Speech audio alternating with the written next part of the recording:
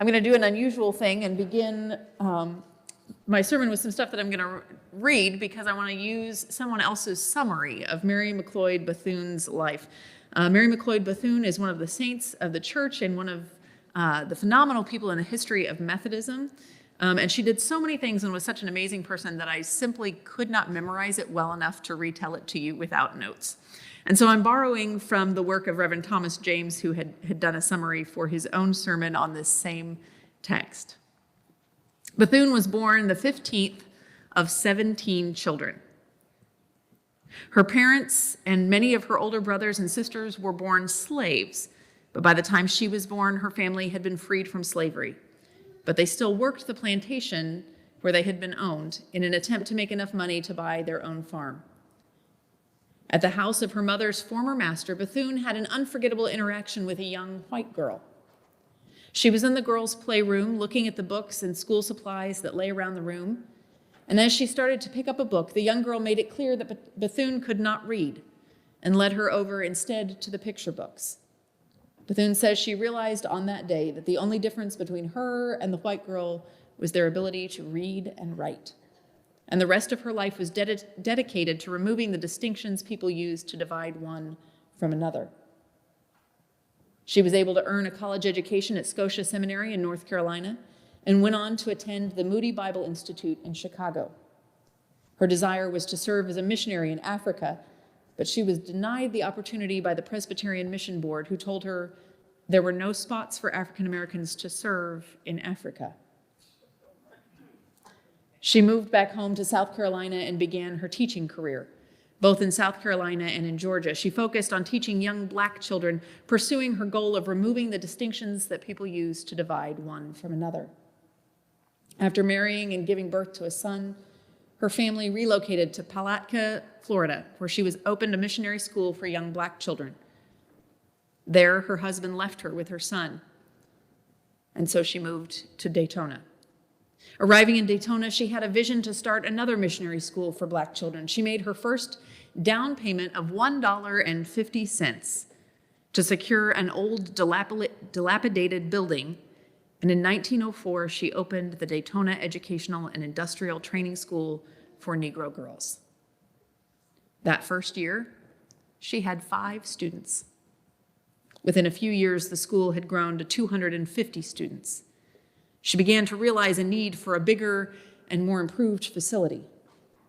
As she worked to build the school, she invited someone named James Gamble, whose name you might recognize from the company Procter & Gamble, to consider an investment in the school. But she said something strange to him. She said, "I'm not coming to you for money, Mr. Gamble, but for your personal interest in the work that I have to do." Gamble came along with 20 other potential donors, and she shared with them her vision for the school. She invited them to be trustees of her dream. Gamble was the first to stand and accept the invitation and became the head of the board of trustees. 17 years later, Bethune was approached by the Cookman Institute, a school for boys within the Methodist Episcopal Church South, about merging their 2 schools. And the 2 schools merged and became the Daytona Cookman Collegiate Institute. Today, it's known as Bethune-Cookman University, which maintains its connection with the United Methodist Church and is still supported by the higher education and Black college funds of the United Methodist Church. Bethune went on to serve with 3 presidential administrations, most notably under Franklin Delano Roosevelt. She served as the Director of Negro Affairs of the National Youth Administration, and when she left the government, she became the vice president of the NAACP. In her work with the schools she created, and in her positions in the government and the NAACP, Bethune was not one to offer seats of honor to wealthy investors. Instead of giving them a place of privilege, she invited them to the table alongside everyone else. She offered them the same invitation she offered to the young Black girls who were the focus of her educational work. To every person at the table, she extended an invitation to be a part of the dream, inviting them to give breath to a dream. She dreamed of a world where equality was the rule of law, a world where all people were welcome. For Bethune, stewardship inviting people to share what they had to make a dream a reality. What they had to make a dream a reality was about the way of authority, but not authority as people of privilege may first think of it. For Bethune, authority wasn't about her power. It was about the power of God from which her conviction in the dream originated.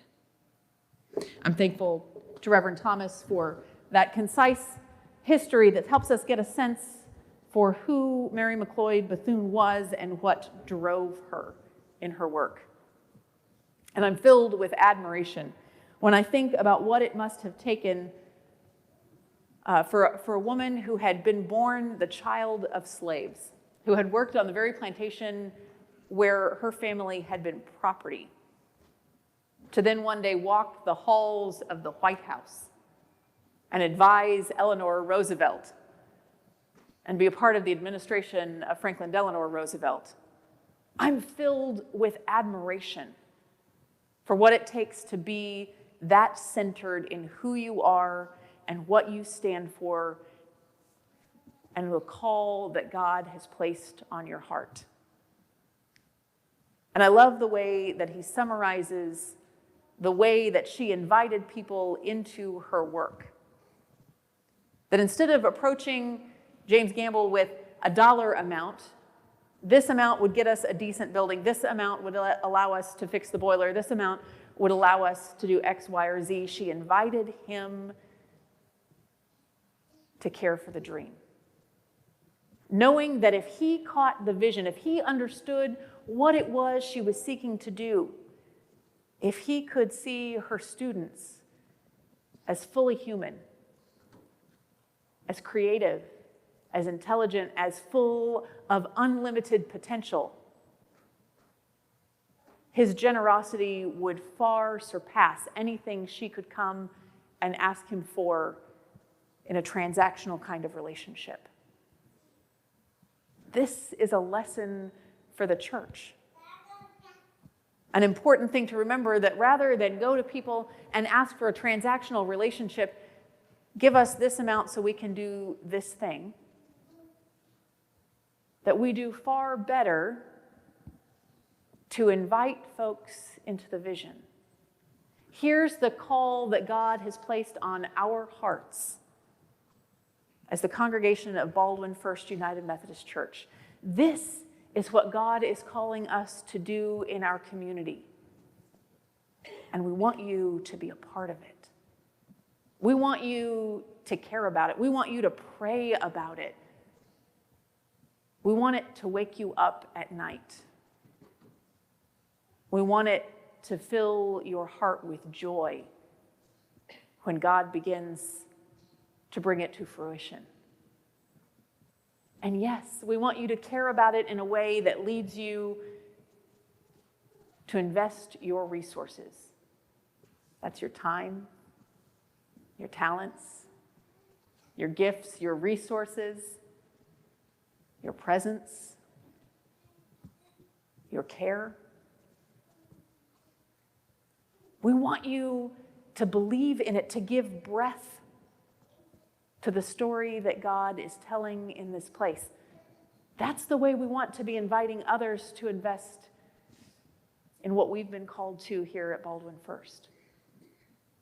Now, it may take us a little while to get to the point where we can articulate it as clearly as Mary Mcleod Bethune could articulate her call. She knew that she wanted to erase the things that divided.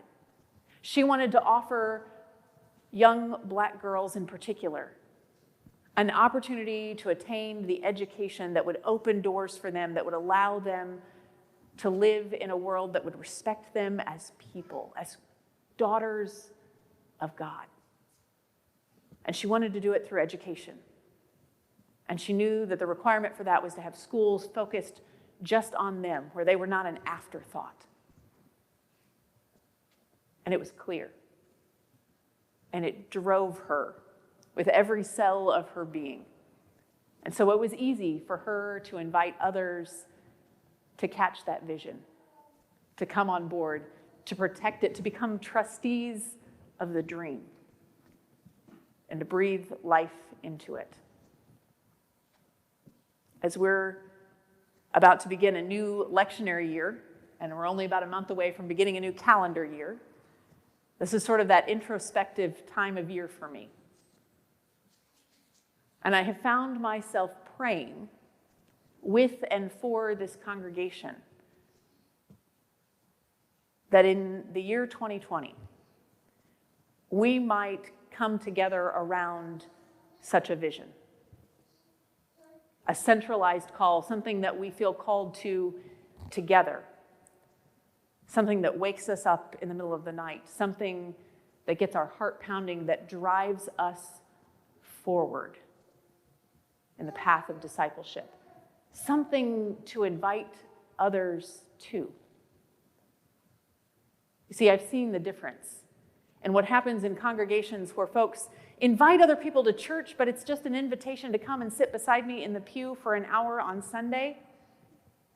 And what happens in congregations when an invitation to church is an invitation to come and hear what we're about and what we're doing and what God is doing through us in the world, and to find your spot in the work.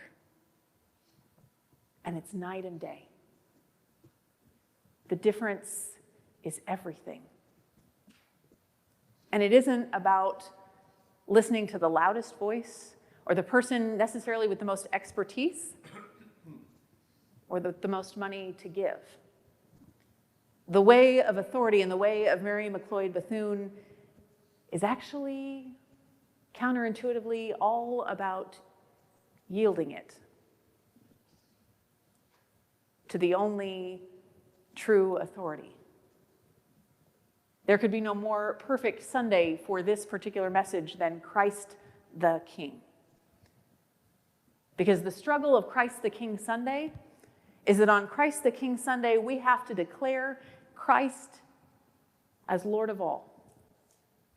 And that sounds good. It sounds really good when we sing it, right? With the triumphant organ sound underneath us. I love it. But the thing is, when we declare that Christ is King, when we offer Jesus' lordship in our lives, it means that if Christ is King, the pocketbook is not. It means that if Christ is King, roles of authority are not. It means that if Christ is King, earning spots of respect and reputation no longer rule our lives.